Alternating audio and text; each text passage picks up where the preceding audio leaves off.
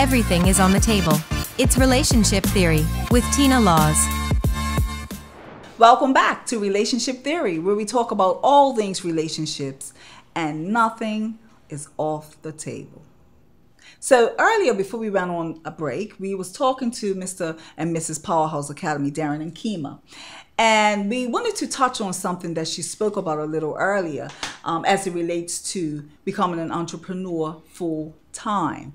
And she mentioned her journey of becoming an entrepreneur full time, which was self-work. Mm-hmm. So let's elaborate for all of us women who are maybe entrepreneurs or considering entrepreneurship with a husband or a significant other.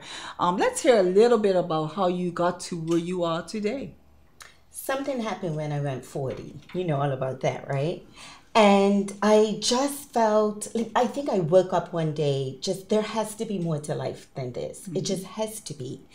And I read the book, Think and Grow Rich. Mm-hmm. And of course, as I do, I followed all these steps. And I thought at the time that I was going to start organic skincare business, right? It was going to be James Bernay, in fact, with our names. Yeah, we were going to do that.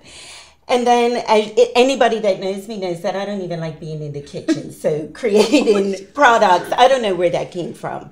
But I continued to go on this quest. And I took a seminar, a workshop with Dr. Karen. It was a chakra balancing workshop. Mm-hmm. And in there, she asked the question, like, who are you? Because who you are and what you do are two completely different things. And I was just like, but I'm a teacher. I always saw myself tied to my career and what I did.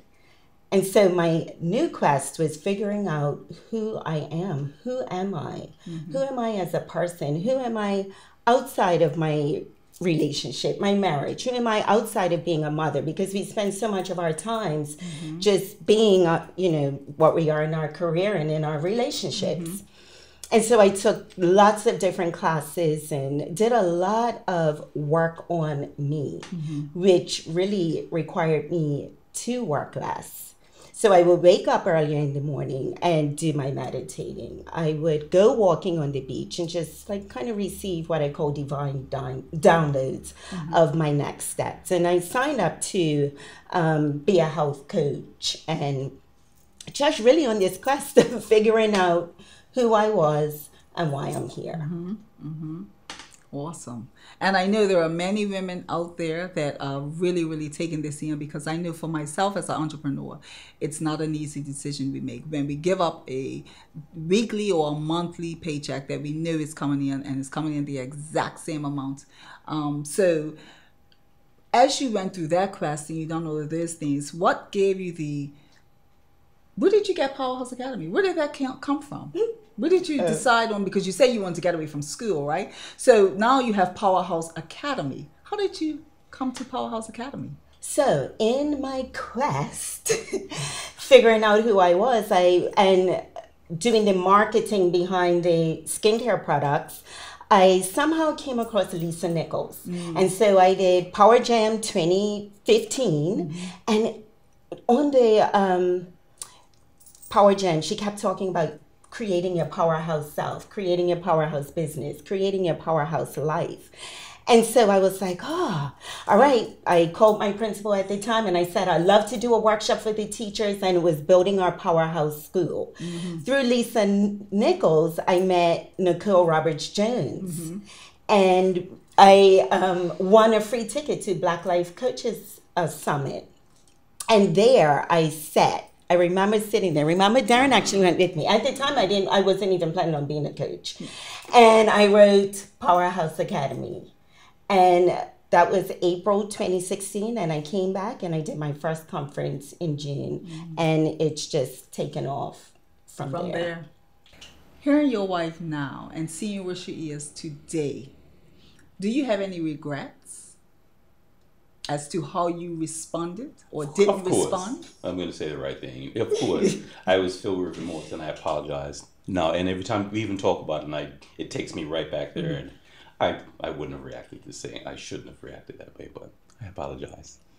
See, so with that being said, what advice would you, Darren, what advice would you give a husband out there who is struggling with, like my husband did and many of us did, with how are we going to make ends meet? How are we going to do all these things because we're now losing a paycheck, not realizing that being an entrepreneur, we still have a paycheck. What advice would you give a husband or significant other out there? Just listen. Just listen. I'm so used to going in fix-it mode. So when Kima has a problem, I immediately think, okay, how can I make this better for her? What can I do? What can I do? And the more we discussed it and talked about it, and you keep saying too, and everyone thinks that you talk about this secure paycheck that you know is going to be there. How secure is it really? At any point in time, any of us can lose our job, be laid off or cutbacks or whatever, budget cuts, whatever you want to call it. But is it really that secure?